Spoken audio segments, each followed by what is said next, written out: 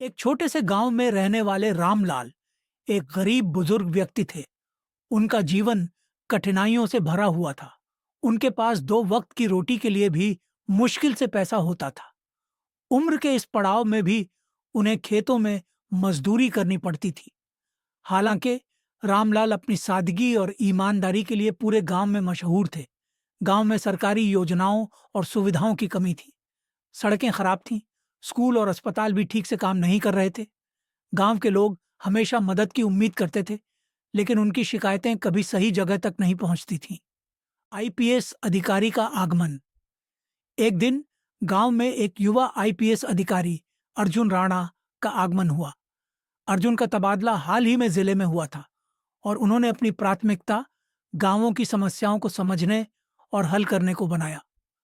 उन्होंने गांव के हालात का जायजा लिया और लोगों से उनकी समस्याएं पूछीं।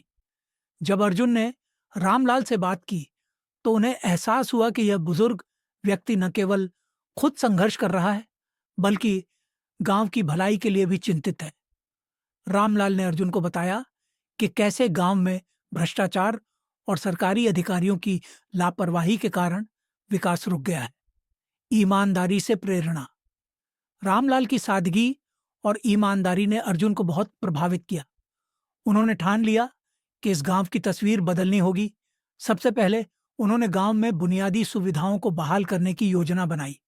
उन्होंने भ्रष्ट अधिकारियों पर कार्रवाई की और सुनिश्चित किया कि सरकारी योजनाएं सही ढंग से लागू हों। गांव में बदलाव की शुरुआत। अर्जुन ने अपने प्रयासों से गांव में सड़कें बनवाईं, स्कूल को पुनः चालू कराया और अस्पताल में डॉक्टरों की नियुक्ति की। उन्होंने महिलाओं की सुरक्षा के लिए एक विशेष अभियान भी चलाया।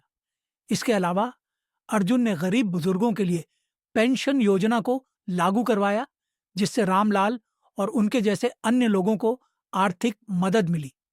रामलाल की भूमिका। रामलाल ने भी अर्जुन के प्रयासों में अपना योगदान दिया।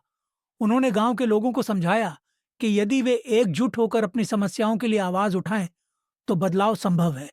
अर्जुन ने रामलाल को गांव का सम्मानित नागरिक घोषित किया और उनकी मेहनत और ईमानदारी की सराहना की। कृपया निष्कर्ष।